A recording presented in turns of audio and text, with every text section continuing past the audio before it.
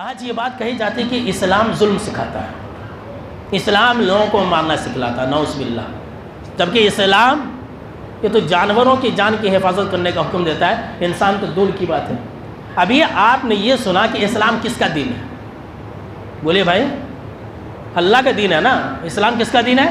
اللہ کا دین ہے۔ اچھا، اللہ کون ہے؟ ذرا غور سے سنیے، جب یہ دین اللہ کا ہے تو اللہ کون ہے؟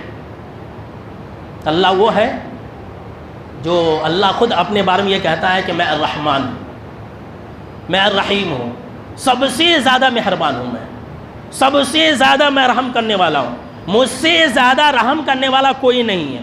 اللہ نے کہا کہ الرؤوف، میں رؤوف ہوں، میں ترس کھانے والا ہوں۔ دیکھیے، یہ اللہ کا نام ہے۔ اللہ نے کہا کہ میں ترس کھانے والا ہوں۔ اللہ نے کہا کہ میرا نام المومن ہے، بچانے والا ہوں، سیف کرنے والا ہوں۔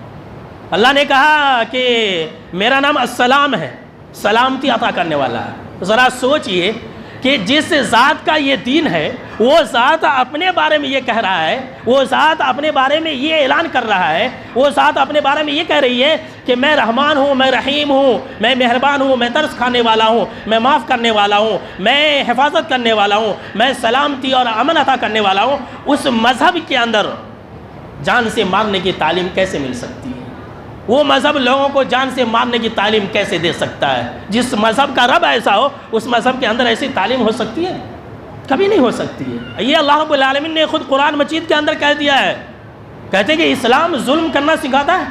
وَأَنَّ اللَّهَ لَيْسَ بِظَلَّامٍ لِّلْعَبِيدِ، کہ لوگوں سن لو، اللہ اپنے بندوں کے اوپر ظلم نہیں کرتا۔ دیکھیے، اللہ اپنے بندوں کے اوپر ظلم نہیں کرتا، یہ اللہ کہہ رہا ہے کسی بھی بندے کے اوپر۔ یہاں صرف اللہ نے مسلمان کا نام نہیں لیا، چاہے وہ مسلمان ہو، غیر مسلمان ہو، کافر ہو، مشرک ہو، یہودی ہو، عیسائی ہو، کسی بھی بندے کے اوپر اللہ ظلم نہیں کرتا ہے۔ اور حدیث قدسی ہے، اللہ نے کہا کہ یا عبادی انی حرمت الظلم علی نفسی، کیا میرے بندو سنو، میں نے اپنے آپ کے اوپر ظلم کو حرام قرار دے دیا ہے۔ وجعلتہ بینکم محرما، اور میں نے اس کو تمہارے درمیان بھی حرام قرار دیا ظلم کرنے کو۔ فلا تظالموا، تو تم کسی کے اوپر ظلم نہ کرو۔ اللہ اکبر۔ دیکھیے، جس رب نے یہ کہا ہو کہ میں خود کسی کے اوپر ظلم نہیں کرتا، کیا اس مذہب کے اندر ظلم کی تعلیم ہو سکتی ہے؟ جس رب نے اپنے آپ کے اوپر ظلم کو حرام قرار دیا ہو، جبکہ وہ فعال لما یرید ہے، وہ جو چاہتا ہے کر سکتا ہے، کیا اس مذہب کے اندر ظلم کرنے کی اجازت ہو سکتی ہے؟ اللہ تو ظالموں کو سزا دے گا۔ یہ بھی اسلام کی خوبی ہے، یہ بھی اسلام کی تعلیم ہے کہ اللہ ظلم سے منع کرتا ہے۔